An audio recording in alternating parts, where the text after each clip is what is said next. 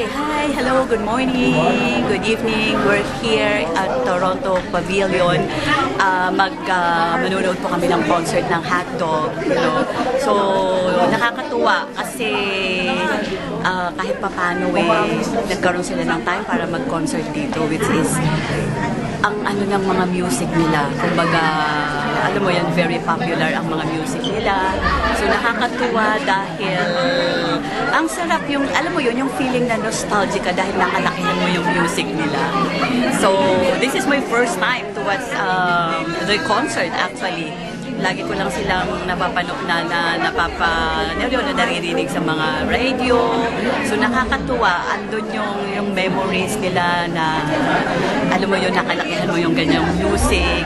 Alam mo yun, yung feeling na parang kang nasa Pilipinas pag mayroong mga Filipinong artist na nagko-concert here in Toronto, Canada. So, you know, although busy sa work, but alam mo yun, nagagawa pa rin yung paraan na kahit paano maglibang. Kumbaga, balance pa rin yung lifestyle. Hindi naman pwedeng puro work lang. At least kahit paano, magkaroon din ng time para mag-relax, mag-unwind.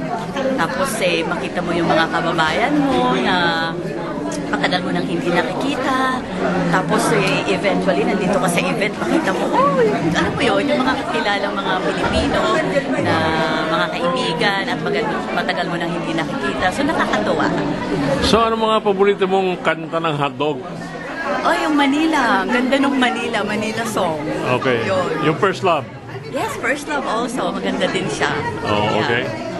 So, isa sa mga dahilan kaya ka nag-attend ito? Yes, correct. Oo. Totoo yan. Inabot mo ba sa Pilipinas yan, mga kanta ng Hotdog? Yeah, oo. Napapanood ko siya yan. Oo. Okay.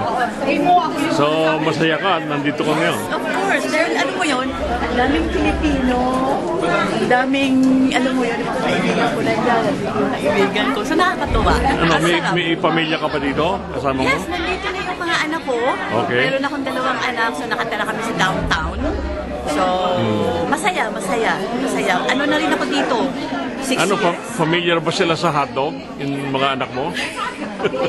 Siguro yung anak kong lalaki kasi ano siya, mahilig siya sa music, nagbabanda din siya. So, familiar siya sa mga ganyang songs. Kasi yung papa niya mahilig sa mga way back, mga classic song. Okay. Yes, correct. Alright, thank you. Thank you so much. Enjoy.